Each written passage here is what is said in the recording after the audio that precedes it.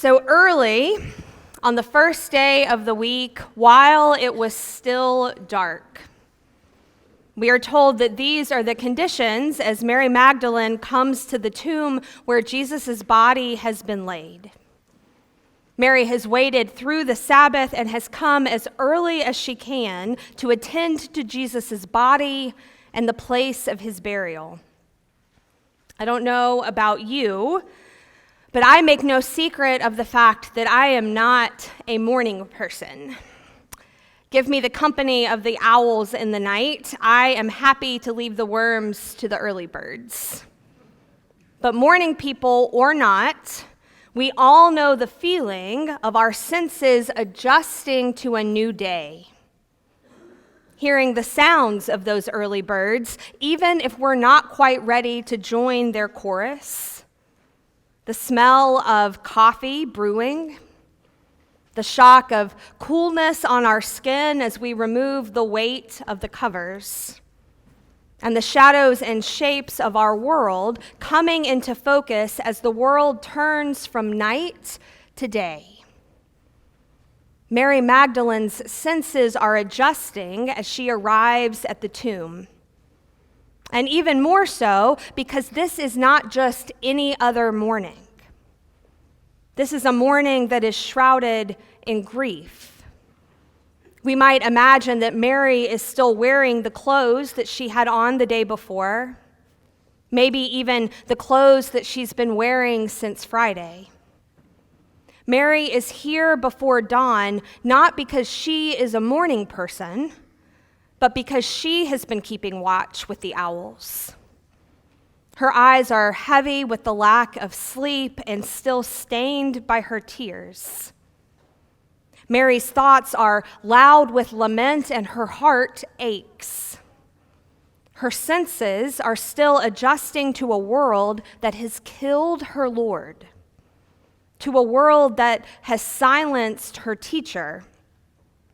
Mary is at the tomb before dawn because there is no explanation she can sense as to why Jesus is in a tomb. On this first day of the week, while it is still dark, violence, death, grief, and confusion are Mary's lenses on the world. These lenses sound familiar. I think about the past week, a week that began in this community with a funeral for longtime parishioner Ralph Booker, who otherwise would have been sitting in his familiar pew and seat at the 8:15 this morning. I think about the collapse of the bridge in Maryland, the tragedy of lives lost as they worked and watched through the night while others slept. And I recognize that we might describe our tender world as a series of collapsing bridges, of disintegrating connections, of determined efforts to destroy connections to the most vulnerable and the least of these. We share Mary's lenses on the world this morning, and we join Mary in the garden with our senses in disarray. Mary cannot imagine finding anything but death on this dark morning. She anxiously seeks the body of Jesus. The sorrow of her soul needs to be near the spices and shroud that cover his body. They have taken away my Lord, and I do not know where they have laid him. Mary proclaims this first to her fellow disciples, then to the angels in the tomb, and finally to the gardener. Her eyes cannot allow that it is anyone other than the gardener. The death dealing of the world has so tuned her sight. And so resurrection speaks to her other senses. Mary, Jesus says. Rabboni, she replies. And with this one exchange, death is swallowed up. The tears on Mary's cheeks burn with joy instead of grief. Today is not only the first day of the week, but the first day of the new creation. Jesus stands before Mary, changed but alive, a testament that every place of violence in the world, every sting of death, every valley of grief, and every pit of confusion is being transformed. None of these have the last word. Resurrection rules the day, and Alleluia is the song of creation, even at the grave. Jesus calls Mary by name, and her senses are awakened to a new reality. Jesus sends Mary to go and share the news, and Jesus knows that it will take time and practice for his followers to engage the world with resurrection senses, with ears and eyes and hands ready to witness new life.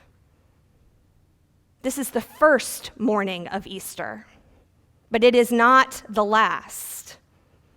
We have 50 days to mark this season, 50 days to tune our resurrection senses, and the risen Christ will continue to show up.